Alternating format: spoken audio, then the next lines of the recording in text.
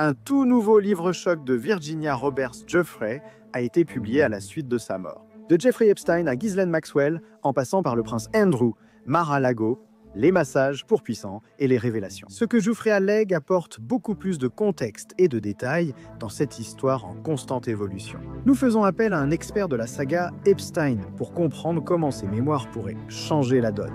Bienvenue dans Sidebar, présenté par Law & Crime. Je suis Jesse Weber. Je suis ici pour accomplir une tâche difficile et affronter ceux qui m'ont blessé. Je suis ici pour reprendre ma vie en main. Ce sont les mots de Virginie Roberts Giuffre, célèbre accusatrice de Jeffrey Epstein, tragiquement décédée en avril 2025. Ceci n'est qu'un extrait de Fil de personne, un mémoire sur la survie à l'abus et la lutte pour la justice. Voici le roman de Virginie Giuffre qu'elle avait écrit et qui sort aujourd'hui à titre posthume le 21 octobre.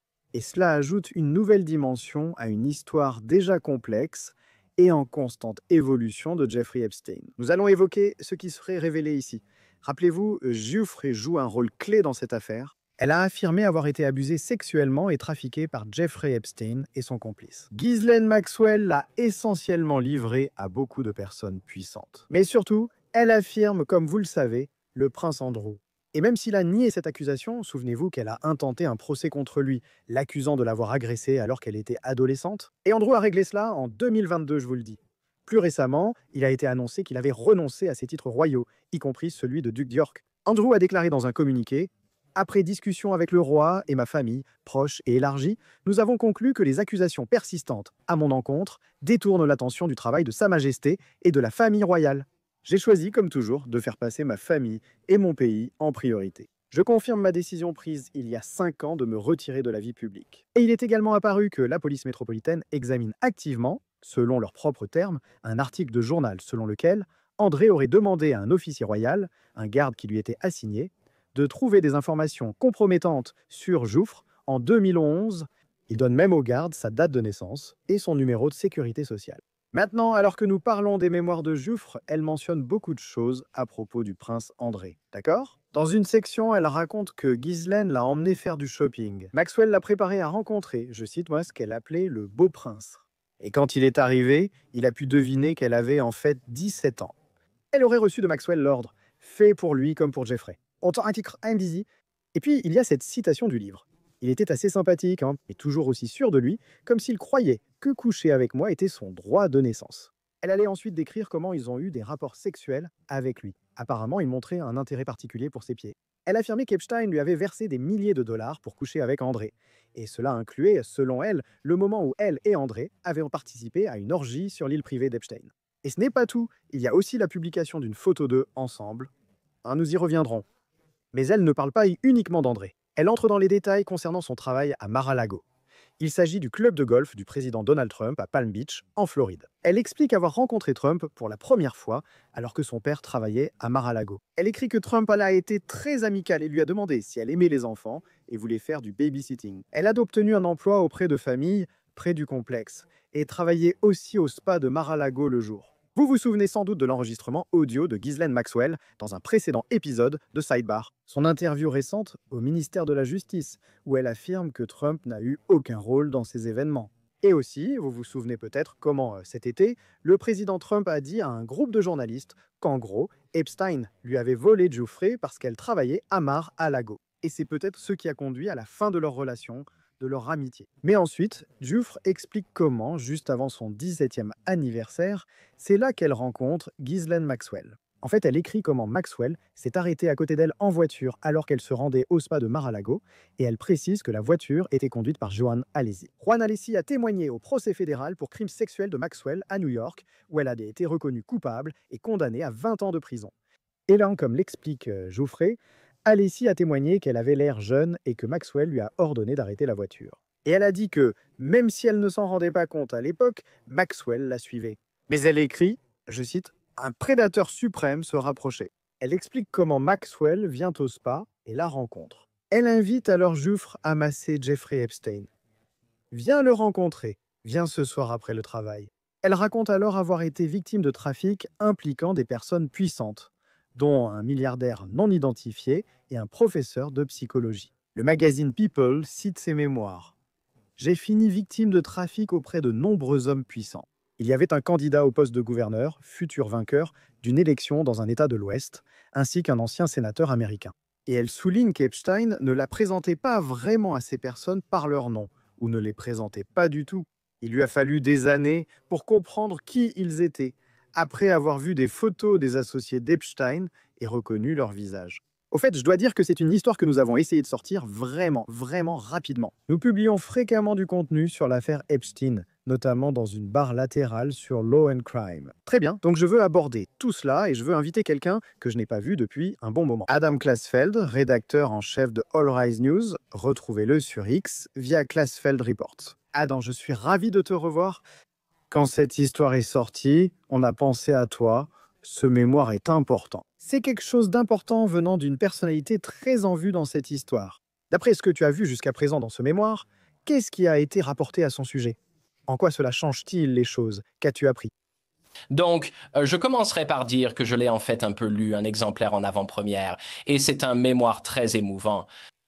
Au-delà de l'intérêt médiatique, il s'agit de la vie de Virginia Giuffre, qu'elle a coécrit avec quelqu'un qui a vraiment plongé profondément dans son enfance. Et cela met en lumière le processus que nous avons vu avec tant de victimes de Jeffrey Epstein sur la façon dont il exploitait des personnes qui avaient déjà été abusées auparavant. Mais je vais quand même passer au point saillant digne d'intérêt. Mais je ne veux pas perdre de vue l'humanité plus large de Virginia Giuffre qui est vraiment présente dans ce livre. Nous avons beaucoup appris sur ses interactions avec le prince Andrew. Cela attirera l'attention là-dessus. Une citation très médiatisée affirmait qu'il voyait le sexe avec moi comme un droit de naissance. C'était, bien sûr. Le prince Andrew continue de nier les accusations, mais quelques jours après que cela ait éclaté, il a renoncé à ses titres royaux. C'est un autre coup dur. Lorsqu'il a déjà nié les faits, il a déclaré que la célèbre photo que tout le monde a vue de lui et Virginia Giuffre pourrait ne pas être authentique. Ensuite, Virginia Giuffre l'a poursuivi en justice. Et avant de régler ce procès, il n'est pas sorti publiquement pour contester l'authenticité de cette photographie. Mais ici, elle parle vraiment de photographie, affirmant que c'était son idée de la prendre et de la publier. C'est exact. Et là, bien sûr, lorsque ces mémoires sortiront, les gens vont poser des questions sur les noms. Elle fait tout pour dire qu'elle ne va pas fournir une liste de noms parce qu'elle l'est à ce moment-là. Cela a bien sûr été publié à titre posthume, mais alors qu'elle était bel et bien en vie. Et elle était inquiète en tant que mère d'être poursuivie en justice. Elle décrit son litige avec Alan Dershowitz. Elle décrit une interaction très violente et un viol commis par un ancien premier ministre. Elle ne nomme pas ce premier ministre dans le livre, mais c'est très clair d'après le contexte.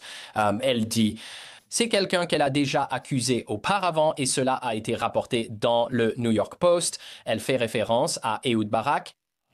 Et elle affirme que cette série d'interactions a été si violente que cela l'a finalement réveillée de ce qu'elle décrit comme un schéma d'abus très sévère avec Jeffrey Epstein. Et cela lui a vraiment fait comprendre qu'elle devait s'en sortir. C'est cette interaction, dit-elle, qui l'a poussée à partir définitivement. Au fait, il y avait une partie avec une note de bas de page où elle parle de Bill Gates et d'un possible complot pour le faire chanter. Absolument. Maintenant, ce n'est pas une révélation nouvelle, mais cela attire l'attention sur ce point. Elle commente sur la façon dont Jeffrey Epstein opérait. Et l'une des théories depuis longtemps, c'est que Jeffrey Epstein faisait chanter les gens. Parce que comment quelqu'un qui était anciennement professeur remplaçant peut-il devenir une personne incroyablement riche? Possiblement un milliardaire qui fréquente certainement beaucoup d'autres milliardaires comme Léon Black qui lui verse 9 chiffres pour soi-disant faire du travail fiscal et successoral. Et donc, l'une des théories qu'elle aborde est la suivante. Est-ce que Jeffrey Epstein avait du matériel de chantage sur quelqu'un? Et la seule indication officielle selon laquelle, oui, Jeffrey Epstein faisait chanter des gens vient de Bill Gates lui-même. Bill Gates a dit que Jeffrey Epstein l'a fait chanter lorsqu'il a révélé qu'il avait une liaison aucun mineur n'était impliqué. Il s'agissait, si je me souviens bien, d'une liaison avec une joueuse d'échecs russe. Et il a dit que Jeffrey Epstein avait menacé de révéler cette liaison s'ils ne faisaient pas des affaires ensemble. Donc, c'est une preuve claire que c'est vraiment intéressant. Une chose qui me frappe immédiatement en lisant ce livre, c'est qu'il est très soigneusement écrit. Vous savez, Virginia Giuffre n'est pas étrangère au litige. Elle a une co-auteure qui recueille les réponses de tout le monde, même lorsqu'elle parle des abus sexuels commis par son père. La réponse de son père est intégrée dans une note de bas de page. Donc, c'est un livre qui n'est pas seulement profondément personnel, mais qui décrit aussi le parcours allant des abus sexuels à la traite sexuelle, puis à la reconstruction et à la défense des victimes de la traite sexuelle. C'est rigoureux, on peut en apprendre beaucoup. Vous savez, j'ai beaucoup étudié ces affaires judiciaires impliquant Jeffrey Epstein, des cas de traite sexuelle qui sont passés par les tribunaux. Des informations existent sur les poursuites visant de grandes banques et leurs implications. Donc, c'est ça, oui. C'était très personnel, détaillé et descriptif. Tu sais, la partie qui m'a marqué? L'une des choses, c'est quand elle décrit sa première rencontre avec Jeffrey Epstein, la première fois où il s'est finalement touché devant elle. Pendant qu'elle lui faisait ce massage, Maxwell l'a guidée, l'a dirigée. Elle les a parfois décrits comme des figures parentales. Et comment il l'a manipulée, lui disait qu'elle voulait entendre et l'influencer. Cette partie était particulièrement glaçante à la lecture. N'est-ce pas? Ben, ayant assisté au procès de Ghislaine Maxwell, elle décrit le processus de manipulation. Et ce passage dont tu parles en ce moment, Jessie, c'est exactement ce qu'elle décrit, le fait de normaliser des choses qui ne sont absolument pas normales. De plus, selon ses mémoires, elle avait déjà été victime d'abus sexuels par son père avant de rejoindre l'entourage de Jeffrey Epstein. Elle a vécu cette horrible expérience dans ce soi-disant centre de tough love où d'autres jeunes à risque sont tennis. Et comme elle le décrit, il s'agit d'une expérience vraiment horrible, une sorte de maltraitance émotionnelle où on les force à se regarder dans un miroir et à se dénigrer eux-mêmes. Jusqu'à ce qu'elle s'enfuit de là et tombe sous l'emprise d'un autre abuseur sexuel. C'est donc une histoire très personnelle. Et c'est l'histoire de quelqu'un qui, avant sa mort tragique, est finalement devenu un défenseur des autres victimes de la traite sexuelle.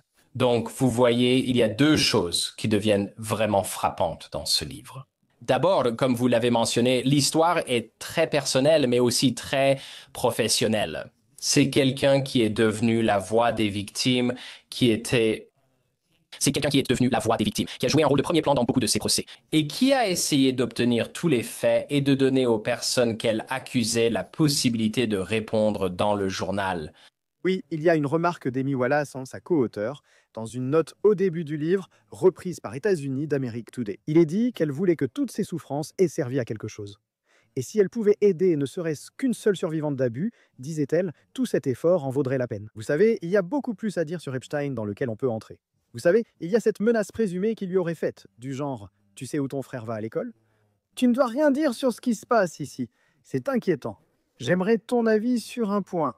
Il y a un extrait qui a été publié par Columbia Broadcasting System à propos du moment où Giuffre se rend à Paris en juin 2021. Je crois qu'elle allait témoigner contre Jean-Luc Brunel, recruteur de mannequins français et associé d'Epstein dans une affaire d'agression sexuelle. Et la façon dont elle l'écrit, on dirait presque un roman. Elle décrit la scène où elle se promène avec sa famille. Mais, dit-elle, j'ai monté un escalier, j'ai tourné à un angle et je me suis figé. Je connais cette pièce, a crié une voix dans ma tête. J'étais déjà venu ici il y a 20 ans, à 17 ans. Adam, qu'as-tu pensé de cette partie? C'était très, très puissant et cela arrive très tôt dans le livre. Et bien sûr, Jean-Luc Brunel est mort dans sa cellule, pendu d'une manière très similaire à Jeffrey Epstein. Elle n'a pas pu témoigner contre lui, mais elle décrit le processus d'essayer de faire partie de cette procédure pénale pour obtenir une certaine responsabilité contre Jean-Luc Brunel. Et revivre la dimension internationale du réseau de trafic sexuel de Jeffrey Epstein, le fait qu'elle soit à Paris et que cet environnement même ravive ses souvenirs. Cela souligne le fait qu'elle est tombée sous son emprise en Floride, mais qu'elle fait partie des rares victimes à s'être manifestée. Et avec la capacité de décrire l'étendue de cette affaire, sa dimension internationale, qu'elle a été témoin non seulement lors des poursuites à New York, mais aussi à des milliers de kilomètres à Paris, où cela se passait également. Et en y réfléchissant, nous pensons à sa mémoire, nous pensons à l'impact durable de ce qui est dit par Djoufre et son co-auteur. Comme je l'ai mentionné, Amy Wallace a déclaré à Columbia Broadcasting System Sunday Morning que Djoufre avait gardé les noms qui n'ont pas été rendus publics, en disant « Je ne me souviens pas des dates, mais quand un homme vous viole, son visage si proche du vôtre, vous vous souvenez de lui. » Elle a qualifié l'expérience de Djoufre de conte moderne de servante. Et elle a souligné que lorsque Epstein et Maxwell ont demandé à Djoufre de porter essentiellement un enfant pour eux, de renoncer à ses droits parentaux, c'est là qu'elle a su qu'elle devait partir. Et tu sais, Adam, c'était aussi important car tu as dit qu'elle a aidé à fournir des preuves menant les autorités à Maxwell. Elle a inspiré d'autres.